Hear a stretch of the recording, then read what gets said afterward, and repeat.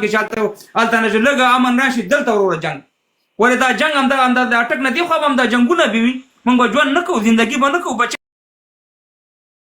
نه لرو نو خبره دا ده چې په دې باندې فکر او سوچ پکار دی انقلاب پکار دی پښتنو ته او دا ښه وخت دی چې په پښتانه ټول اوچت شي او د دې رذیل او د دې منافق ادارې په مقابل کې چې هر رقم دغه امکانات چې استعمال کوي او دا د اټک ته پونه دا پنجابک ورواړوي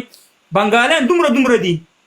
یو پښتون 15 بنګالیان وي بنګالیان واغه دا درې نوي زونه د پرتګونه ويسته د لنګونه ته وته ويسته مهربانه پینټونه ته ويسته هغه د خپل ګرځي سه مهربانه آزاد بنگلاديش ته وروره اقتصاد یو ګوره شي نه وګوره او ته اوسه پورې غلامي 15 بیا کاله امدا بیا کاله پاک ارمی زنده‌باد او پاکستان او دا پلانې او په 14 اگست او 15 اگست باندې اپلیکیشن باندې دا کړې نو مهرباني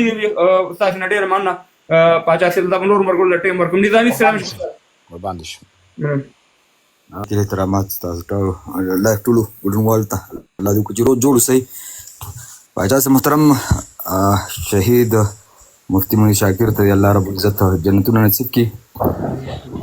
پاچا سے محترم موږ په افغانستان کې د بمی چاودنو سره مخ شوي او په دې کې ډېرې موږ د نظامي ځواکونو خپل اندامونه د لاسه ورکړي دي خو ژوند هم د لاسه نه دی ورکړی که چېرته د شخص لاس زموږ یو معلول دی چې هغه 3 واړه اندامه د لاسه ورکړي دي خو بیرته هغه صحابه سلامت دی شکر دی ژوندی دی مفتی صاحب ژوندی تر دغه دمه چې ته هسپتاله پورې وړو که تاسو دغه د هسپتال دغه اپریشن تیټر انچارج انټرویو ګورئ هغه په خپل انټرویو کې 2 درې ځای دانګې رادانګې هغه انټرویو غلطه بیانوي دوی تر هغه دمه ژوندي وو خو وروسته دوی ته د زهر ستنه وال شوي وه خو د دوی هغه زامن چې کوم دوی فکر کوم یا خو ورخطا شوي وایي چې د پلار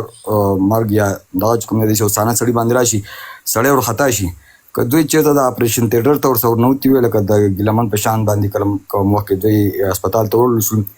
دوی سره خپل ډاکټران ورنوتل نو دوی خو وهل او دغه ډېر زیات ټپونه ډېر زیات هغه ټپونه برداشت رانه وړه خو لاړو تر منځه خو مفتی صاحب فکر نه کوم د بمي چاودنې نه تر منځه تللی دوی ته حتما د زهر ستنه وال شوي ده چې دوی کوم ټارګېټ کړی هغه ټارګېټ د لاسه دوی لاړل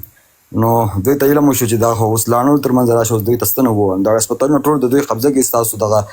نظر سره متفق یم دویمه خبره پاچا صاحب محترم مفتی صاحب یو ستر عالم و مولا نه و مولیان هغه څوک دي چې هغه د ایسهای ناوړي مردار لخوا روزل کېږي او هغې ته ښودل کېږي هغه ملایان دي پاچا صاحب محترم مفتی صاحب چې کوم دی هغه عالم نو باید چې موږ د مولا او تر عالم تر منځه فرق وساتو مننه کور مدان د وخت راکول نړۍ مننه خوشحاله اوسئ پاچا صاحب ته هر کله یو لمبر فکر کوم چې د حضرت دی که د ستا لمبر دی وروره پی ټي ایم والا لا جان ستا لمبر دی الله د تا د ډېر عمر دیر کړي همیشه تا د پښتنو او د افغانستان اواز اوچت کړی ده زه خپله پی ټي آی سره تعلق لرم او ټولو نوال مفتی صاحب چې کوم ده دا د ما کلیوال ده اهنګو سره مو تعلق ته کاربوغه شریف ښه مشهورې علاقه ده خو د تعلیم په هلو ځلو کې همیشه د خلکو خدمت لپاره وخت تیر کړی ده ما پلار وفات شوی ده تره مې وفات شوی تره زمن مې په ځوانۍ کې وفات شوي دي زه دومره نه یم خفه شوی لکه د مفتی صاحب په شهادت او دا د ما کلیوالو بالکل دې ویډیو ما وکتله چې راغلی ده دې ته بالکل د زهر ستن ویلې شوې ده او مفتی صاحب د خلکو نه نشو برداشت کېدله خاص کر چې کله د ګیلمن شهید جنازې ته دا لاړو دا منظور پښتون سره شا په شا ودرېدلو نو د پښتنو اواز یې اوچت کړلو نو د هغې نه بعد لکه مو په زړه کې دا وایي چې یاره مفتی صاحب ته به کله هم وي دا ظالم تور پنجابیان لنګ ویلي دا به خامخا دوی ته نقصان رسوي بچجي ته وله ویډیو زه ډېرې ګورم زه ما خو دې ته ویلو چې ټول نوال د مو وزیر الله چې کوم ده دا یوه ښځه ده دا هسې بریتونه پرېږدولي دي او دې هسې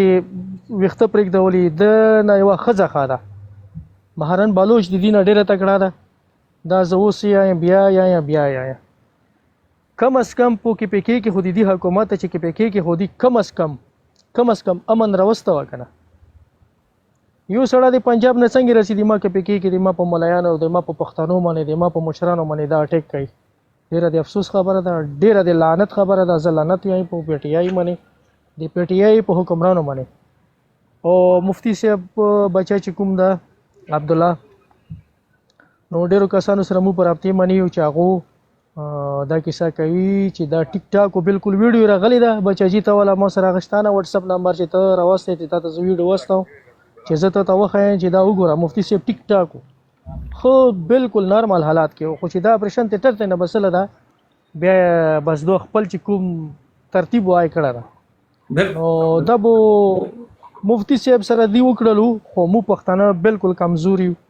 مو پښتنو کې بالکل صفاب دي توال چوال ز بیا بل بالکل غیرت نشته لاړ ده. نن مفتي صاحب لاړو، اگر زه حمید الحق صاحب لاړو، بیا به ان شاء الله هر یو سی. خو مفتي صاحب چې کومې بیانونه کړی دي، کوم اخیری بیانونه کړی دي، دا به ټول یو مثال پروت وي خلکو ته. خو وخت په تیریږي، په ما براسي، په بل براسي، په بل براسي، دي ته مو ته یو والا پوچار ده. خاص کر